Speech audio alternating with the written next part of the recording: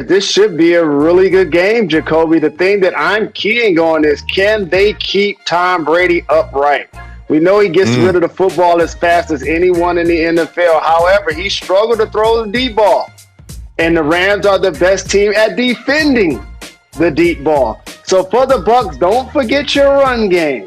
That would have to be the key to me if the Bucs are going to find a way to get it done.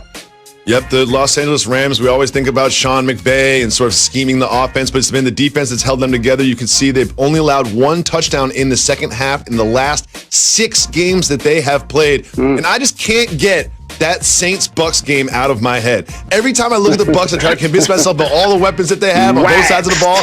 I just can't get that Saints-Bucks game out of my head, and they need this one against the Rams to try to keep pace with the Saints in the NFC South. And Jalen, we have some really interesting news coming from the Vatican, of all places. There's a delegation of NBA players, 5 players and several officials from the NBPA. They're going out to meet with Pope Francis at the Vatican to discuss sort of social justice and the move that they made over the summer, particularly in the fight against social injustice. What are your thoughts about this historic event? International Peace Treaty flow, I love it. And NBA players continue to be trailblazers as it relates to trying to give back to their community to try to make our world a better place. But all I know is you just love the Pope even more than somebody on his Instagram follow the IG model's picture. That's the only reason why you want to talk about Jalen. I'm a very serious journalist, so I want to make sure that we have the facts correct. The Pope did not follow an IG model. The Pope's account may or may not have just double-tapped the like button on a very racy picture of an IG model. And you know what? It just makes him relatable. You know, we're all just human beings at the end of the day. Sometimes we accidentally like something on Instagram. Now, I'm not saying the Pope himself did it, but somebody that has access to his account definitely double-tapped on something that they did not mean to. And I hope it comes up when the NBA players have this very important, intense discussion with the Pope. Someone's got to bring it up. Like, someone has to bring it up. If you're going to meet the Pope today, you have to ask the question, please, when you're done talking about all the important things, when you're about to leave, just go over and say, hey, Pope Frankie, did you double tap that? Did you double tap that? Just to see what he says.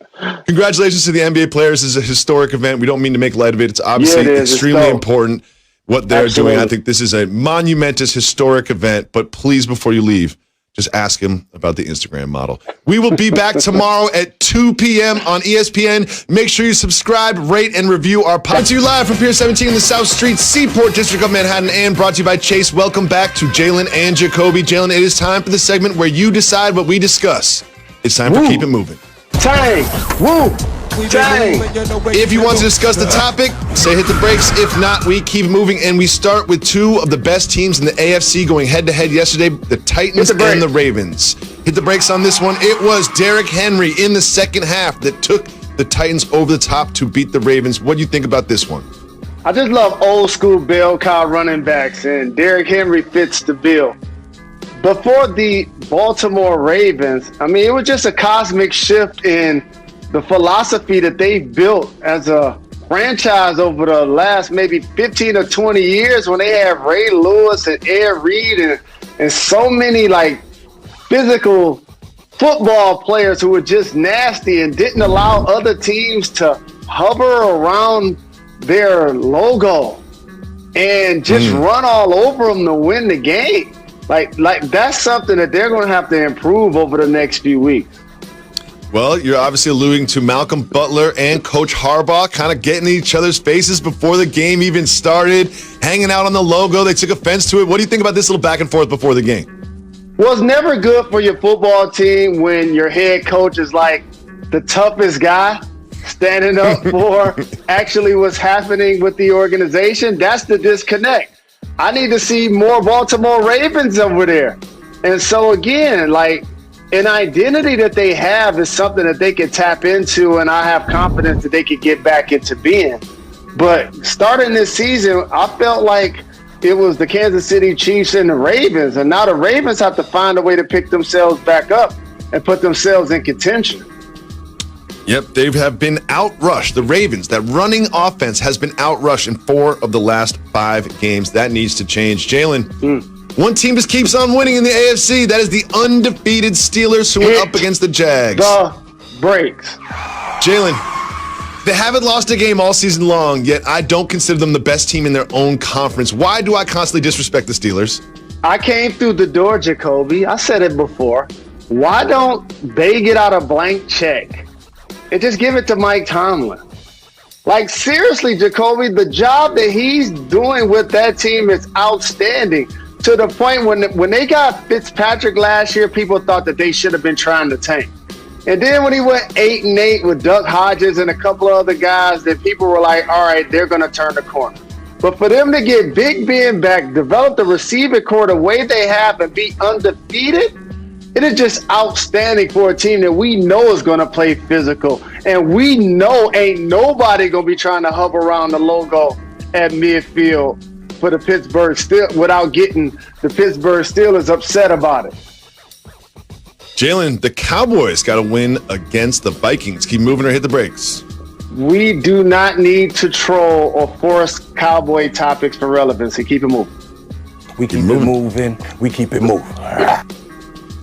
The Eagles went down to the Browns in a wet one. Jalen, keep moving or hit the brakes. Hit the brakes. What's going on with Carson Wentz, Jalen Rose? What is going on with Carson Wentz? Explain this to me. Carson Wentz, we were watching the game, Jacoby, and he throws a couple of those, I guess, lollipop, blimp-type footballs like that I can intercept. Like, seriously. Like, the difference between players that's on defense, in particular the backfield, versus wide receivers is sometimes they don't have great hands. It seems like when Carson Wentz throws it up there, they picking that off, dog. There's the helium balls he throwing out there. Yeah, when Russell Wilson does it, it looks different. You know, when Russell Wilson puts the air under those short passes, and one of his receivers just runs right under it. When Wentz does it, someone runs right under it, but they're wearing the wrong uniform. And it happened time and time again. Now, you can say it was wet, but this has been a problem for Wentz all season long, and I want to give a salute to the Browns, who somehow get bad weather in Cleveland every single Sunday and make the most of it. Moving on to an interesting game between the Dolphins and the Broncos. Keep moving or hit the brakes. Brian Flores, you touched all of the right buttons this year. You cannot be benching Tua. You cannot be benching Tua. Keep it moving for now.